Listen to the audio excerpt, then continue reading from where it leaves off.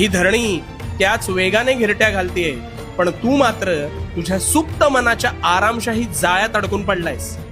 कसं ते सांगतो.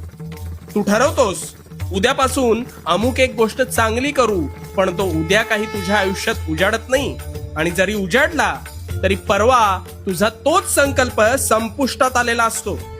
आतापर्यंत हेच होत आलंय, हो ना? आणि म्हणून तू मागेस. अरे वेळेचा वेग तोच आहे, पण तुझ्या कार्याचा, हालचालींचा वेग मात्र मंदावलाय, आणि म्हणून तुला वेळेचं भान राहत नाही. आधी तुझ्या ऐशोआरामी मनाचं ऐकणं बंद कर. ते तुला तात्पुरता आनंद देईल.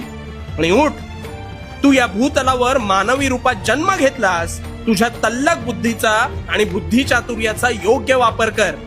आणि हो, वेळ नाहीये तुझ्याकडे, वेळ नाहीये तुझ्याकडे हे तुझ्या निद्रावस्थेतल्या मनाला खडसावून सांग. आणि उठ, खडबडून जागा हो.